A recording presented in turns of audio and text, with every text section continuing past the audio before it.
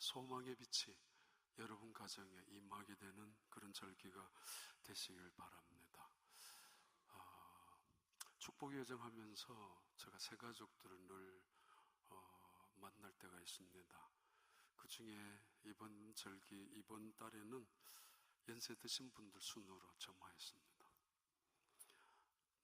우리 현철호 집사님 부부 가정은 7월 달에 등록했는데, 제가 보기에 등록하시고 한 번도 새벽기도 그리고 수요 예배까지 특별히 바쁜 일 정말 제외하고는 오히려 바쁜 일 내려놓고 교회에 나오시는 분이라서 고맙게 생각합니다.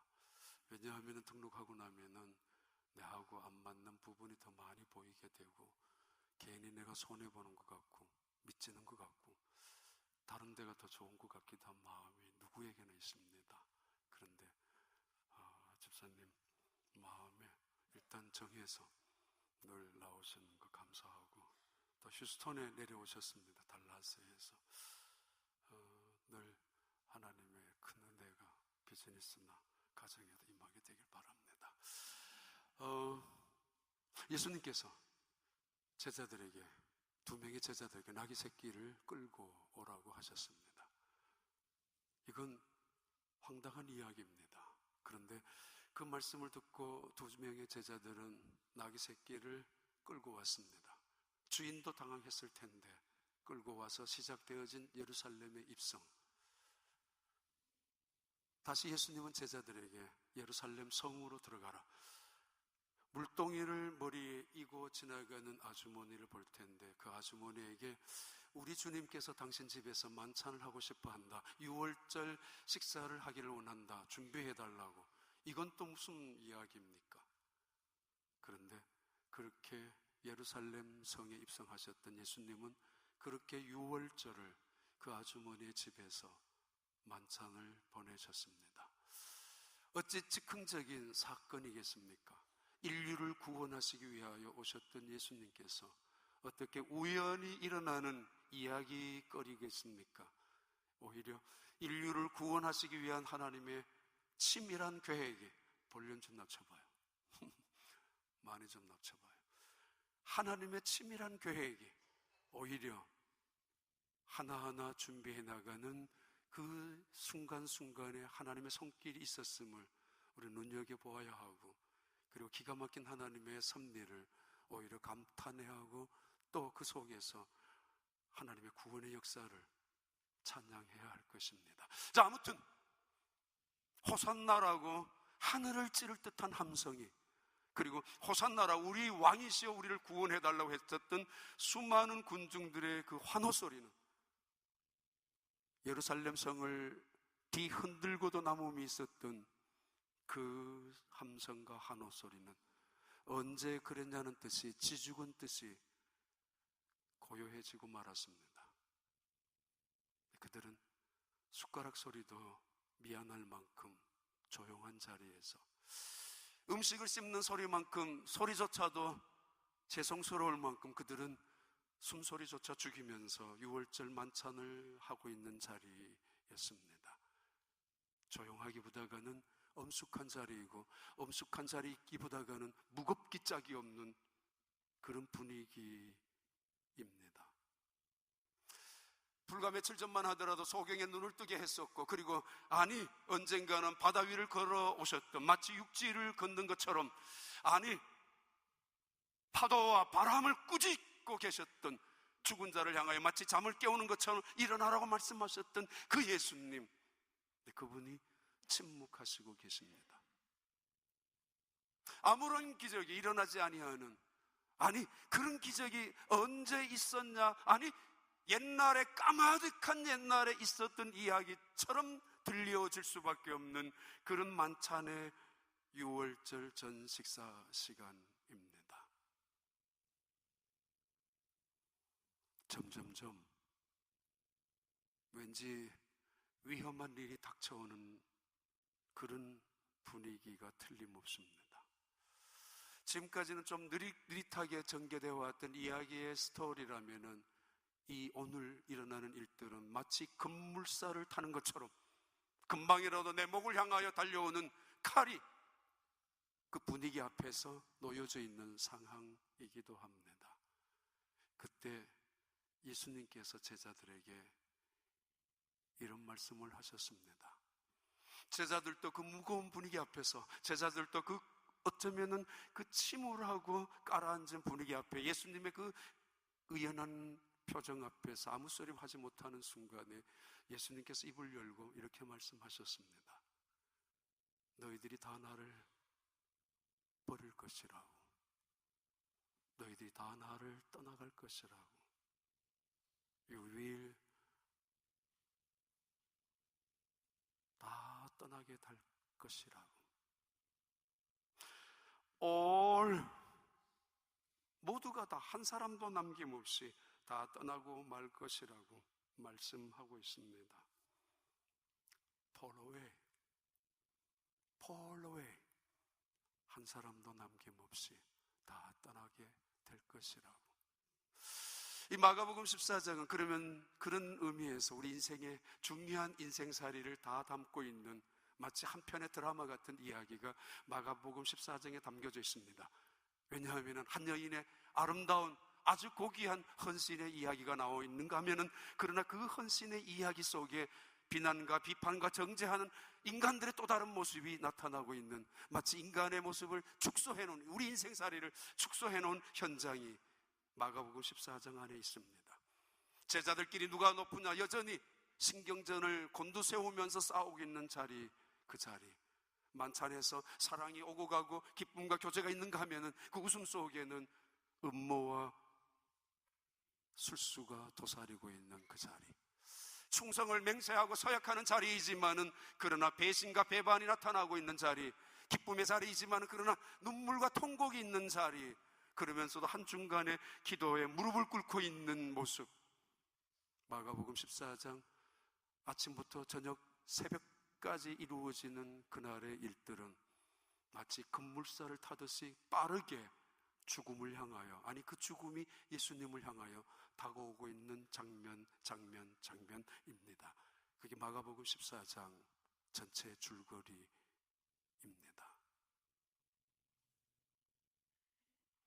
주님이 말씀하셨습니다. 마가복음 14장 27절의 말씀입니다. 너희가 나를 다 버릴지라. 마가복음 14장 21절. 예수께서 제자들에게 이르시되 너희가 다 나를 버리리라. 이는 기록된 바 내가 목자를 치리니 양들이 흩어지리라 하였습니다. You will all fall away. It is written. 기록된 말씀 속에서 I will strike the shepherd. The sheep will be scattered. 안 그래도 무거웠던 분위기가 훨씬 더 무겁게, 안 그래도 깔아앉았던 침울한 분위기가 훨씬 더 비통한 분위기처럼 내려앉았던 이 마가복음 14장 오늘 본문 그 한가운데 있는 본문 이야기입니다. 한 가지 오늘 이 부분에 빠진 것이 있습니다. 우리 인생살이 속에서 맞이하는 수많은 아픔과 실패와 고난과 때로는 충성과 헌신과 배반, 눈물과 기쁨이 있는 어우러지는 수많은 이야기들 속에 한 가지가 빠져있는 그 말씀을 오늘 설교의 주제로 드리려고 합니다. 2007년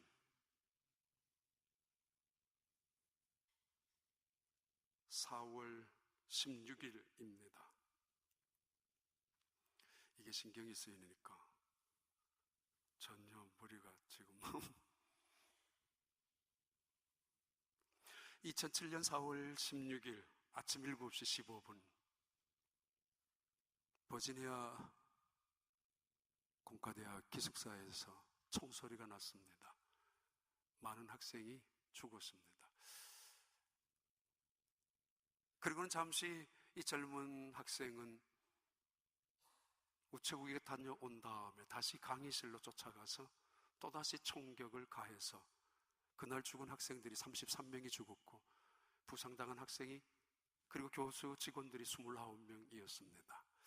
그 사고 소식이 미국 전역에 퍼졌을 때 대부분 한국 사람들은 제발 한국 사람이 아니었으면 좋겠다라는 바람이 있었을 것입니다. 방송에서는 그 범인이 아시아인처럼 보인다라는 뉴스 때문이었습니다. 그리고 얼마 후에 그 학생이 중국계로 보인다라는 뉴스로 중국 사람들한테 대단히 미안합니다. 마음에 조금 안심을 가졌습니다. 그런데 결국 한국인 1.5세 조승희라는 학생으로 판명되면서 정말 마음이 많이 아팠습니다. 왜 7년 전에 공과대학 4학년이었던 자기의 전공도 바꾸어가면서 영문학으로 바꾸면서 공부에 하려고 했었던 그 학생이 왜 33명이나 죽였을까? 그날 희생당한 학생들의 부모님의 심정은 정말 어떤 것이었을까? 오래전에 선교사로 지망했었던 한 젊은이, 신학교에 가서 신학훈련을 받고 그리고 뜻이 맞았던 한 여학생과 함께 선교사 훈련을 다시 받으면서 결혼한 후에 선교지로 떠났습니다. 떠난 다음 불과 2년 만에 선교지에 있었던 남편은 쓰러졌고 쓰러진 지 4개월도 채 안 되어 일어나지 못한 채 죽어갔습니다. 선교지에서 2년 만에 쓰러지고 죽은 남편 앞에서 하염없이 울 수밖에 없는 그 아내 선교사님, 미처 정신도 채 차리기도 전에 미처 자기의 육신 하나 가눌 수도 없는 힘, 그 상황 속에서 그 막내 아들이었던 매튜마저도 병원에 실려가다가 죽고 말았습니다. 내 수막염이란 판정으로 어떻게 이룰 수가 있는가? 그것도 이런 방법으로 사람을 데려가는가? 왜? 하나님은 어떤 분이냐라고. 그 아내는 그 땅에서 어떻게 일어설 수 있었을까? 얼마 전에 휴스턴 근처에 어느 교회를 다녔던 부부, 특별한 행사 때문에 성가대 반주를 했던 아내, 반주하는 시간에 피곤하기도 하고 아이를 봐야 되기 때문에 뒷자리 아이를 남겨두고 앞자리에서 잠을 자고 있었던 그 남편, 꿈을 가지고 미국 유학을 왔었고, 그리고 지금 꿈 그 앞에 이제 학위를 눈앞에 두고 있는 상황 속에서 지나가는 누군가의 강도에 의해서 총격을 당해서 죽어버리고 말았던 그 남편, 핏덩이같이 뒤에 울고 있는 아이를 남겨둔 채로 하나님 뭐 하시는 분인가? 전지전능할 수 있는 분인가? 그 하나님은 사랑이라고 말할 수 있단 말인가? 이런 상황 속에 세상 살아가고 있습니다. 일부 예배 마치고도 두 사람이 들어오셨습니다. 힘들다고, 내가 왜 이렇게 힘들게 살아가야 되는지 모르겠다고, 도대체 교회는 가야 되는데 가고 싶은 마음이 없고 예배는 드려야 되는데 드리고 싶은 마음조차 없다고, 너무 힘들어서. 지난 새벽기도 2주 동안에 여러분들이 그런 이야기를 했습니다. 사람들이 예배 시간에 울고 있다고. 그래서 저는 내가 말씀을 잘해서 그게 아니고, 젊은 분들이 얼마나 힘들면은 아이를 데리고 나와서 얼마나 살아가는 것이 뭔가 희망이 없다면 기도하러 나와서 울고 있을까? 어떻게 다시 그 자리에서 일어설 수 있을까? 마가복음 14장에 빠졌던 주제는 이것입니다. 그들이 어떻게 다시 일어설 수 있는가? 실패의 자리에서. 2014년 한 해의 마지막입니다. 여러분 어떤 자리에 놓여져 있습니까? 예수님 말씀하십니다. 너희가 다 나를 떠날 것이라고. 이 말을 들은 베드로, 역시 베드로답게 아니 그런 일은 결코 없을 것입니다. 다른 사람이 다 주님을 버린다 할지라도 나는 결코 그러지 않을 것입니다. 나를 어떻게 보고 그런 말을 합니까? 나 우스운 사람 아닙니다. 쉽게 요동치는 사람 아닙니다. 아니, 배반할 정도의 사람으로 밖에 나를 보지 못했단 말입니까? 섭섭합니다 라는 말처럼 베드로는 예수님을 향하여 단호히 말씀했습니다. Even if all fall away, 모든 사람들이 다 주님을 떠나간다 할지라도 I will not, 난 그러지 않을 것입니다. 그렇게 살지 않겠습니다. 그런 사람들과 똑같이 취급하지 마십시오. 기분 나쁩니다. 그 말을 들은 예수님은 그를 기특히 여겼을 것이지만 그에게 다시 말씀합니다. 아니야, 오늘 너가 새벽녘에 달기 3번 울기도 전에, 혹은 2번 울기도 전에 너는 나를 3번 부인하게 될 것이라고. 조금 줄여봐요, 볼륨을, 베이스를. 3번 부인하게 될 것이라고. 2번이냐 3번이냐 마태복음과 마가복음과 누가복음의 차이가 좀 있지만 그거 중요한 것 전혀 아닙니다. 그런데 엉뚱한 시간을 끌면서 성경 공부하지 마십시오. 예수님 말씀하셨습니다. 너가 나를 3번이나 부인할 것이라고. 다시 베드로는 아니, 정말 나를 모른단 말입니까? 3년이나 나와 함께 계시면서도 아직까지도 나를 모르신단 말입니까? I have to die with you. 당신이 어디를 가든지 나는 주님과 함께 죽을 것입니다. 정말입니다. 진심입니다. 사실일 것입니다. 그리고 그 베드로의 말을 다른 사람들도 함께 거들었습니다. 다 다른 제자들도 그렇게 서약하듯이 예수님의 말씀 앞에 너희가 다 떠날 거야, 나를 버릴 거야 라는 말씀 앞에 제자들이 한결같이 주님을 향하여 그런 섭섭한 말 하지 마십시오라고 했습니다. 주님 다시 말씀하셨습니다. 성경에 기록된 대로 내가 목자를 칠 텐데, 아니 하나님이 목자를 칠 텐데 그러면 모든 세상의 양들이 나로 인하여 실족하게 될 것이라고. 너희가 나를 버리리라 라는 단어는 원래는 스캔달리조라는 뜻입니다. 스캔달리절. 이 단어에서 스캔들이라는 단어가 나왔습니다. 스캔들, 이성적인 문제에만 스캔들이 아니라 우리의 걸어가는 인생살이에 걸림돌이 되는, 나를 넘어지게 만드는, 장애물이 되는, 혹은 나를 덫에 걸리고 함정을 파서 떨어지게 만들 수도 있는 수많은 스캔들, 걸림돌, 그것을 스캔달리조라고 합니다.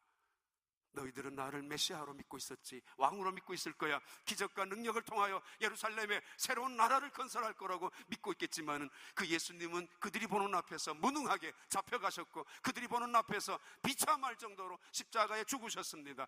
그 사실 때문에 너희들은 걸림돌에 넘어 죽어야 말 것이다. 내가 붙잡혀 가면서부터 하나둘 다 떠나가고야 말 것이다 라고 그렇게 말씀하셨습니다. 2014년 한 해가 마무리됩니다. 여러분, 어떤 스캔들에 빠진 적이 있습니까? 혹은 지금 어떤 스캔들에 휘말려 있습니까? 체면의 손상에 가까워 치장하고 있지만은 어떤 걸림돌 아래서 아픔과 실패와 고난과 고통 속에 눈물을 흘리고 있습니까? 오늘의 주제입니다.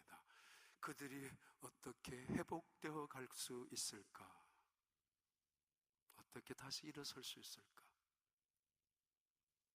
조승이라는 그 학생이 잠시 총을 가지고 사람들을 죽이고 난 다음에 우체국 가서 방송국에다가 편지를 보내고 다시 강의실에 와서 사람들을 죽인 그 사람, 방송국에 보낸 편지 중에 하나입니다. 동영상에. 나에게는 다른 선택의 여지가 없었다. 너는 오늘을 피할 수 있는 굉장히 많은 기회가 있었으나 나의 피를 흘리도록 결정했다. 너는 나를 코너에 몰아넣고 단 하나의 선택을 하도록 결정을 했다. 결정은 너가 내렸다. 무슨 말인가 하면은 내가 너희들을 죽이는 거, 너희들이 나를 만들었단 말이야. 이렇게 You made me like this. 세상 살아가면서 실패나 스캔달리죠, 걸림돌에 묶여졌고 때로는 아픔 속에 또는 쓰러지고 넘어 있었을 때 사람들의 반응은 3가지입니다. 첫째 반응은 내 탓이라고 생각합니다. 그래서 자책합니다. 내 죄라고 생각합니다. 죄책감으로 여깁니다.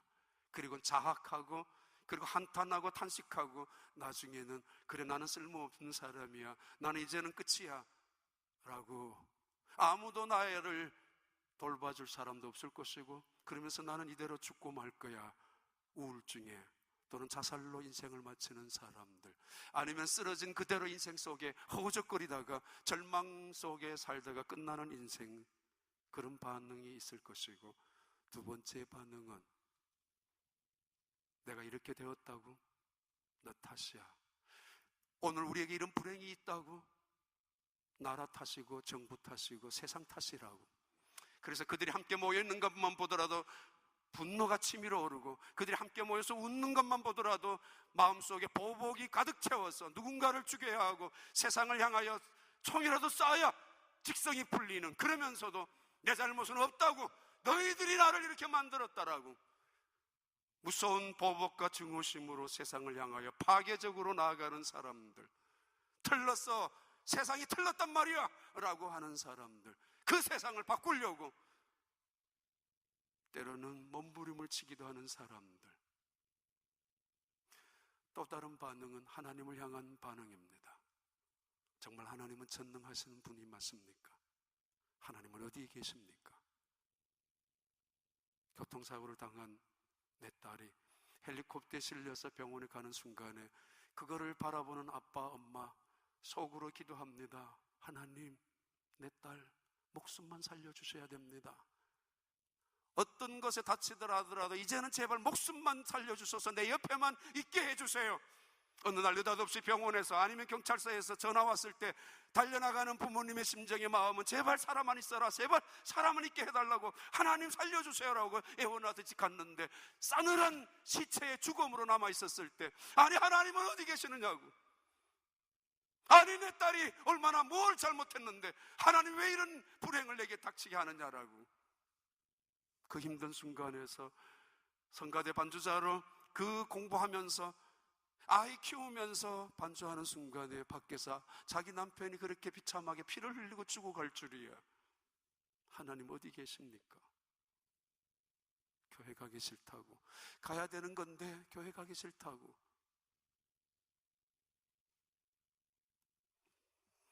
가룟 유다, 마가복음 14장에 그도 같은 사람입니다. 마가복음 14장 4절부터 실패한 한 사람의 이야기를 잠깐 드리고 어떻게 회복될 것인가 말씀을 드리려고 합니다. 마가복음 14장 4절부터 6절까지 어떤 사람들이 화를 내어 서로 말라되 어찌하여 이 향유를 허비하는가. 6절, 이 향유를 예수께서 이르시되 가만두라, 너희가 어찌하여 그를 괴롭게 하느냐. 무슨 말인가 하면은 올무에 자주 걸리는 사람들, 자기 고집이 센 사람들, 시험에 잘 걸리는 사람들, 자기 의에 너무 많이 힘들 갖고 있는 사람들. 한 여인이 향유를 쏟아서 예수님의 머리에 불을 붓고 그 머리털로 발을 씻고 계시는 그 순간, 있는 순간에 사람들이 분을 냅니다. 아니 어떻게 이럴 수가 있는가, 그 비싼 것을 어떻게 이렇게 낭비할 수 있는가, 가난한 사람들에게 나눠줄 수 있지 않겠느냐, 어찌 예수님마저도 그냥 있느냐 말이야. 예수님 말씀하셨습니다. 그냥 두라고, 그냥 두라니까. 그리고 그 여자는 내게 정말 좋은 일을 하고 있다고. 그 앞에서 공개적인 망신을 당합니다. 유다가 사실 대표적으로.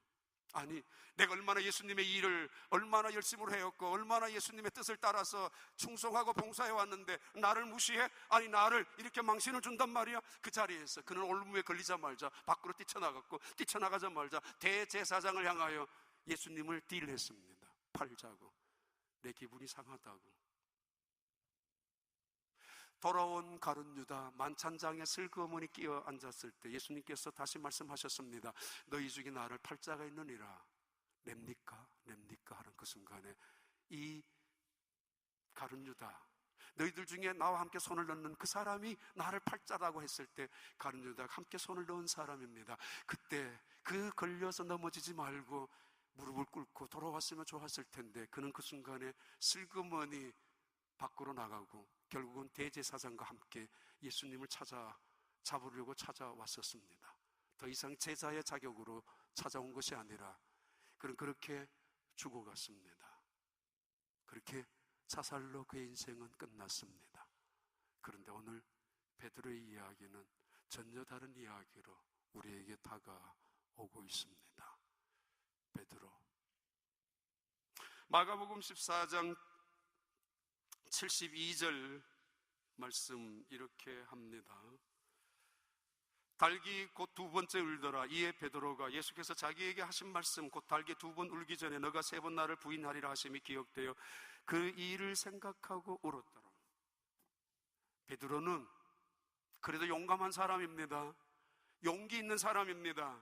함부로 아니 저 사람 믿음 있는 줄 알았는데 뭐냐고, 아니 저 사람 믿음이 괜찮은 줄 알았는데 이것도 못 참느냐라고 함부로 속단하거나 비판하지는 마셔야 할 것입니다. 베드로, 그는 보통 배짱, 보통 의리가 있었던 사람은 아니었습니다. 예수님을 잡으러 왔을 때 그는 칼을 빼어서 다른 사람의 길을 자를 만큼 의롭게 의협심이 있는 사람이었고, 이제 무장해제가 당하고 상황이 끝난 다음 예수님이 끌려가는 그 순간에도 그는 도망치지 아니하고 예수님의 멀찍이 따라갔지만 그래도 따라갔고, 나중에는 예수님이 재판을 받는 그 자리, 그 안까지 들어가서 불을 쬐고 있었던 베드로, 그 정도면 용기 있는 사람 아닙니까? 그 정도면 의리 있는 사람 아닙니까? 불을 쬐고 있었습니다. 예수님은 윗뜰에서 재판을 받고 있는 순간에 아랫뜰에 옹기종기 모여있는 종들과 함께, 여러분은 지금 누구하고 불을 쬐고 있습니까? 바람이 아마 불었던가 봅니다. 불을 쬐고 있는 순간에 바람이 확 불면서 그 불길이 불을 쬐고 있는 이 베드로의 얼굴을 확 비춰줍니다. 순식간에 베드로의 얼굴이 환하게 나타나는 순간에 옆에 있었던 계집 중 하나가 당장 그 베드로를 향하여 아니 당신은 저 사람과 한편이 아니냐고 당황하고 다급하게 대답을 한다는 게 아니라 나는 저 사람 모른다라고. 아니 어째 그럴 수 있습니까? 이 말을 듣자마자 또 다른 여자가 아니 당신 말투가 보니까 갈릴리 사람 아니냐라고.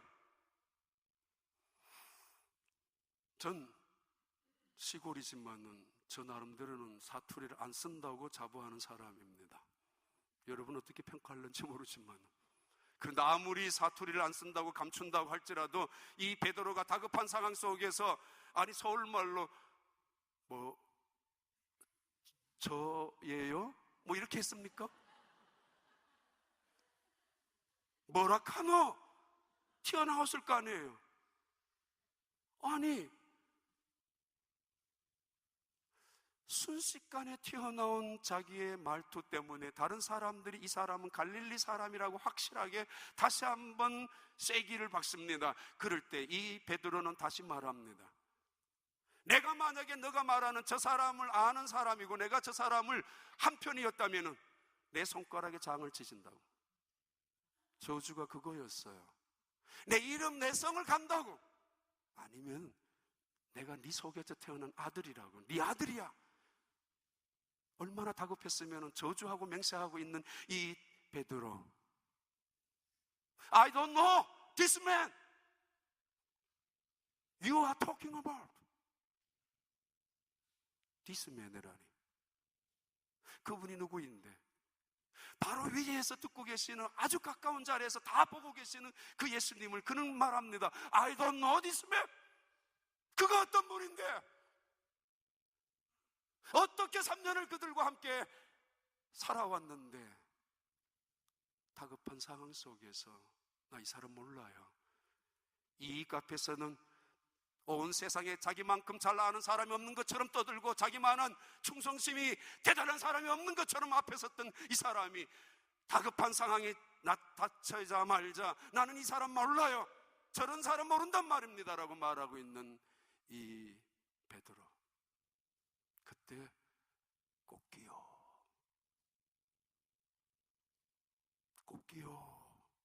달기 울었습니다. 그 소리를 듣자마자 예수님께서 하셨던 말씀, 너희 중에 너희들이 다 나를 떠날 것이라는 말씀이 기억났을 것이고, 그 순간에 나는 결코 떠나지 않을 것이라고, 나는 다른 사람들하고는 달라요, 나는 다른 사람들과 똑같이 행동하지 않습니다, 나를 어떻게 보십니까? 라고 했던 자기의 자만이 드러나면서 나도 똑같다, 나도 못났다, 나도 부족한 한 인간의 모습인 것을 깨달으면서 눈물을 흘렸을 것이고, 아니 더 나아가서는 예수님의 말씀의 그 의미를 느꼈을 것입니다. 너희가 다 나를 버릴 것이야.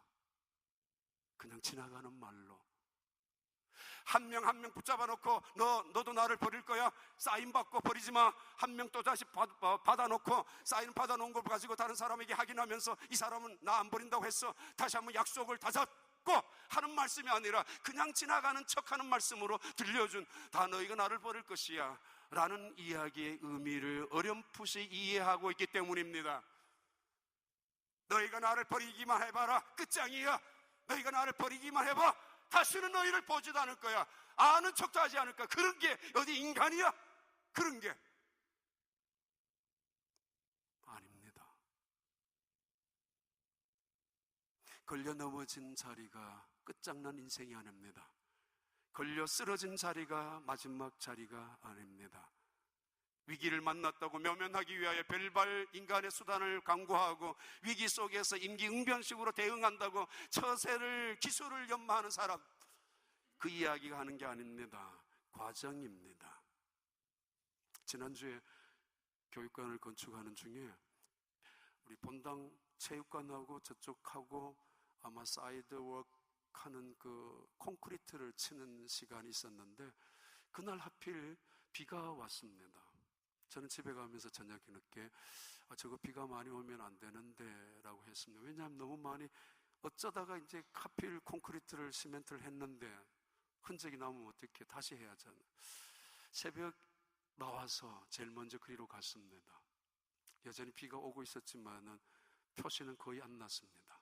다시 유심히 이렇게 보니까 고양이 발자국 같은 것이 있었습니다. 만약에 그놈의 고양이가 그 발을 그 자리에 딛고 있다면 지금도 뼈만 남을 거고 화석이 될 거고 죽었을 것입니다. 지나간 겁니다. 하나의 프로세싱으로 지나간 겁니다. 너희가 나를 다 버릴 것이다. 지나가는 말로 넘어졌다고, 인생 다 살았다고, 끝났다고 생각하지 마라. 그래서 그 말씀이 기억나고, 그래서 그 말씀이 생각나서 그는 그 순간에 울기 시작합니다. He broke down and wept. 마태복음에서는 그는 밖에 나가서 He wept bitterly. 아주 비통하게, 심각하게, 아주 진지하게 가슴 깊은 곳에서부터 통곡하기 시작했었다고. 아웃사이드에서. 회개는, 그리고 참된 회복은 눈물에서부터 시작합니다. 회복은 주님의 말씀을 깨달으면서 그 자리에서 엎드리는 데서부터 회복합니다. 또 다른 단계는 누가복음 22장 31절에 나오는 말씀인데, 32절까지 이른 베드로를 향하여 예수님께서 하신 말씀입니다. 시몬아 시몬아 보라, 사탄이 너희를 밀가부로 타려고 요구하였으나 그러나 내가 너를 위하여 내 믿음이 떨어지지 않기를 기도하였노니 너는 돌이킨 후에 내 형제를 굳게 하라. 사탄들이 가끔씩은 오늘은 누구를 데리고 장난을 칠까, 어느 교회를 붙잡아 장난을 칠까, 재미가 있을까. 근데 동시에 예수님은 우리를 위하여 기도하신다고. 쓰러져서 통곡하고 있는, 걸려서 넘어져 어쩔 줄 몰라서 가슴 깊은 데서부터 우러나오는 눈물로 회개의 심정으로 있는 이 베드로, 그는 끝난 인생인 것처럼, 이제는 하나님으로부터도 버림받은 인간인 것처럼 살 수밖에 없는 사람이지만은 그를 위하여 기도하는 분이 계셨습니다. 마음이 지쳐서 외로울 때 누군가 널 위하여 기도하네, 누군가 널 위하여 기도하네. 때로는 성령께서 우리 속에서 탄식하시고, 내가 다시 일어나기 위하여, 내가 세움받기 위하여, 내가 회복되기 위하여, 내가 그래서 다시 굳센 자리에 서서 다시는 흔들리지 아니하고, 때로는 나와 같이 연약한 사람, 때로는 나와 같이 믿음이 흔들리는 사람, 때로는 신앙생활하면서 스캔들에 걸려 넘어져서 이제는 끝장이라고 인생을 좌절하고 포기하고 있는 사람을 향하여 일어서라고 주님이 당신을 향하여 기도하시고 계신다고 말씀하도록 예수님께서 그를 치유 기도하시고 회복시켜 주시는 예수님, 그 예수님, 그렇게 베드로는 회복되어가는 과정을 밟고 있습니다. 넘어진 자리가 끝이 아니었습니다.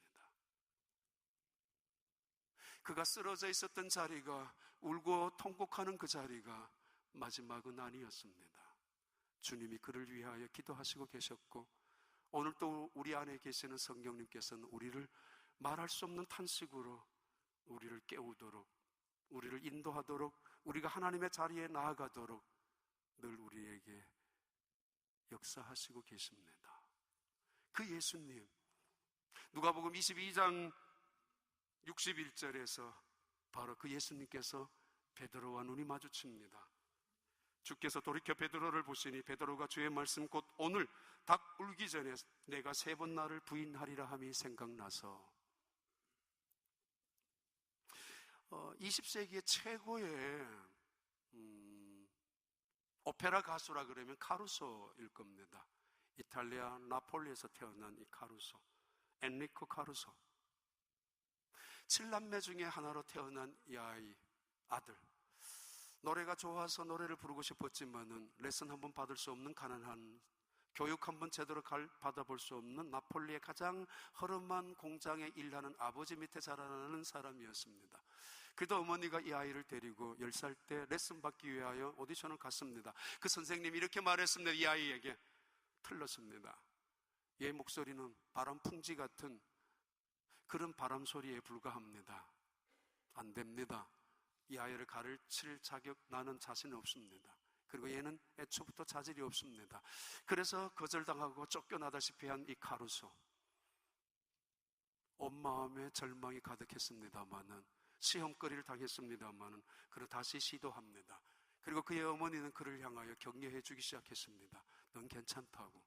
21살 때 오페라단에 들어가서 단역을 맡아서 처음으로 노래를 부를 수 있는 기회가 있었지만은 아무도 이 청년 젊은 총각에게 누구도 관심을 갖지 않았습니다. 그래서 그는 큰 절망에 포기하려고 그만두려고 다시 1년 후에 그에게 기회가 찾아왔습니다. 단원 중에 한 명이, 중요한 역할을 하는 단원 중에 한 명이 병으로 아팠기 때문에 그 대역으로 서게 되었습니다. 야, 이건 절호의 기회다. 이제 내가 기다렸던 보람이 있다라고 그는 혼신을 다해서 자기의 모든 실력과 재능을 발휘할 수 있는 기회가 왔다라고 그래서 노래를 했습니다만은 누구에게도 주목을 받지 못했습니다. 23살 때 그는 나폴리로 고향으로 돌아가서 죽어야 되겠다는 생각만 가지고, 내가 노래를 부르지 않는다면 내 인생은 의미 없는데 내 노래를 인정해주는 사람이 아무도 없으니까 죽으려고 마음먹고 자살을 시도하던 중에 극장에 한 사람이 찾아왔습니다. 카루소에게. 어떤 관객 중에 한 명이 당신의 노래를 주목했었고, 그리고 당신 앞으로 스폰서가 되기를 원한다고. 죽음 직전에 갔었던 이 사람은 단 한 명의 주목 때문에 그는 그 인생을 다시 시작하게 됩니다. 일어서게 되고 걸림돌 속에서 다시 회복하게 되는, 아니 자기가 원하는 자리에 올라가서 그 유럽의 유명한 극장마다 최고의 화려한 극장에서 700회 이상이나 주인공의 노래를 불렀던 카루소. 수많은 걸림돌 속에 그는 마지막 순간에도 넘어질 수 있었습니다마는 그는 그때마다 일어섰습니다. 이유는 어머니의 눈길 때문이었다고. 자기를 사랑하는 어머니의 마음 때문이었다고. 바로 윗뜰에서 재판을 받고 있고 신문을 받고 있고 모욕을 당하고 있는 예수님, 바로 밑에서 불을 쬐면서 나는 디스맨 모른다고 떠들고 있는 이 베드로, 내가 저 사람을 알면 당신 아들이라고 떠들고 있는 이 베드로를 다 듣고 보시고 계셨던 예수님께서는 He turned, 자기의 몸을 돌렸습니다. And looked, 그리고 쳐다보았습니다. At Peter. 그때 눈이 마주칩니다. 하나님의 사랑의 눈으로 우리를 바라보시고 하나님의 인자한 귀로 우리를 신음소리까지 들을 수 있는 그 하나님, 그 예수님. 세상은 오늘도 사람을 쳐다볼 때마다 때로는 원망의 눈으로 째려보고, 때로는 증오의 눈으로 노려보고, 때로는 은큼한 눈으로 흘끗흘끗 바라보지만 정말 나를 사랑하시는 분이, 아니 정말 멸시하는 세상 사람들처럼 그런 룩다운하는 깔보는 인생으로 나를 돌아보는 것이 아니라, 내가 쓰러져서 저분 모른다고 하는 그 순간에도, 내가 넘어져서 다시는 일어설 수 없는 상황 속에 떨어져 있는 절망의 나락 속에 있는 나를 바라보며, 그 못난 나를, 그 부끄러운 나를, 아무짝에도 쓸모없는 나를 바라보시는 예수님, 그분은 인자한 눈길로 바라보셨습니다. 그것이 가슴이 맺혀서 통곡합니다.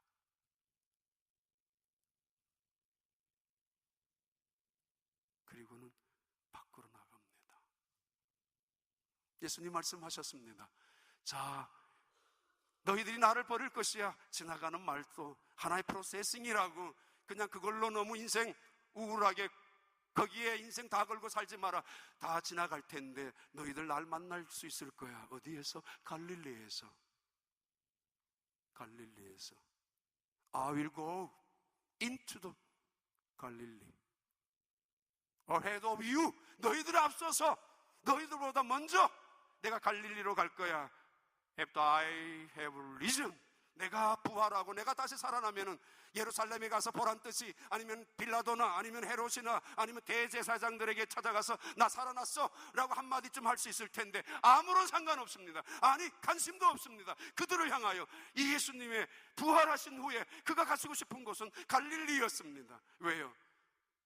첫사랑이 있는 곳, 새로운 시작을 할 수 있는 곳, 이들이 믿음으로 따라왔고 순수한 마음으로 나를 향하여 헌신하기로 다짐했었고, 배와 그물을 버리고 나를 따라오는 그 순간의 기쁨과 감격이 있었던 그 자리, 그래서 정말 하나님을 향한 뜨거운 찬양이 있었고 몸부림치는 헌신과 순종이 있었고, 그러면서도 불평하지 않았던 그들이 있었던 갈릴리에 다시 시작하는 자리로 가자고, 내가 거기서 너희들을 기다릴 것이라고 먼저 앞서서.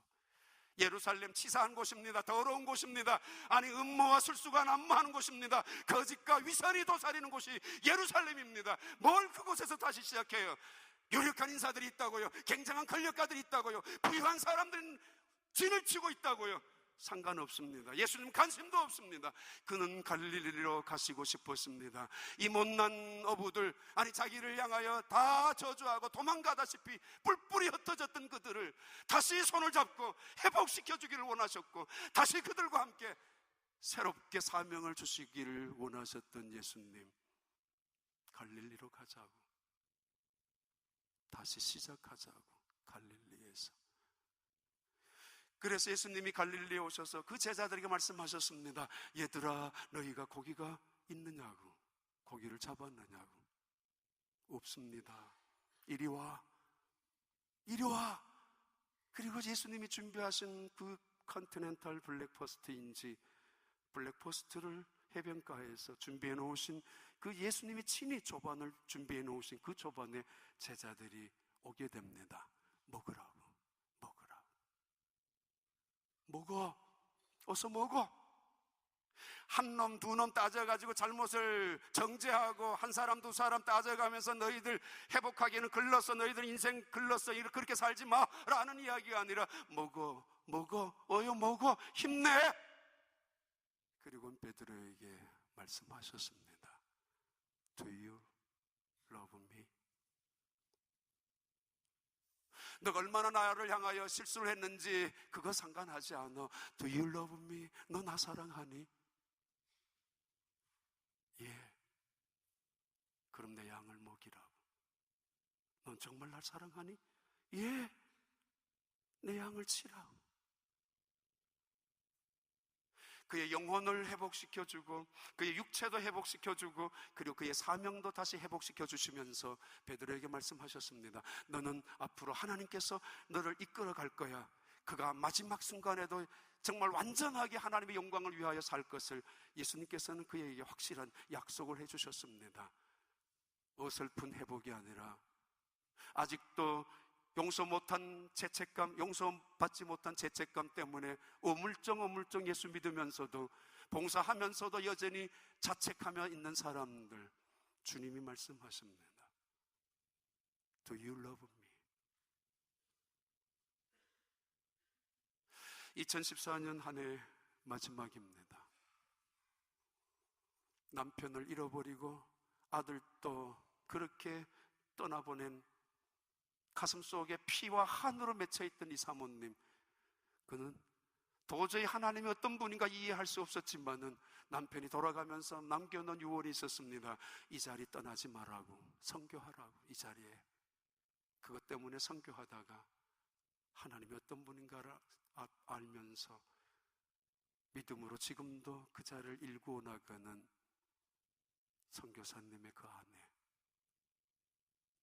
교통사고를 당한 딸의 죽음 앞에서 살려만 달라고 애원했는데, 목숨만 붙여달라고 했는데 그냥 그 딸아이를 데리고 가버린 하나님이 야속하고 원망스러울, 다시는 교회 안 간다고 할 수 있었던 그 가정에 이해할 수 없는 일이지만은 일어섭니다. 그리고 교회에 나가서 그 또래 아이들을 바라보면서 해야 될 일들을 찾고 그 또래 아이들을 위하여 새로운 비전을 가져서 하나의 그 서포트 그룹을 만들기 시작하면서 천국에 있을 자기의 딸이 바라볼 때에도 아빠 나 괜찮아, 아빠 정말 잘하고 있어, 나 여기 참 좋은 곳이야, 그 일을 하고 있는 가정. 여러분은 걸림돌에 넘어져서 일어나기 싫습니까? 아니면은 주님이 말씀하시는 그 말씀이 기억나고 그래서 눈물을 흘리고 지금도 나를 위하여 기도하시는 주님 앞에 일어날 수밖에 없는 은혜로, 그리고는 나를 굳게 세우셔서 다시 갈릴리로 가셔서 나와 함께 손을 잡고 다시 시작하자고 하시는 말씀 앞에 어떻게 반응하시기를 원하십니까? 2015년 새로운 한 해가 여러분에게 있습니다.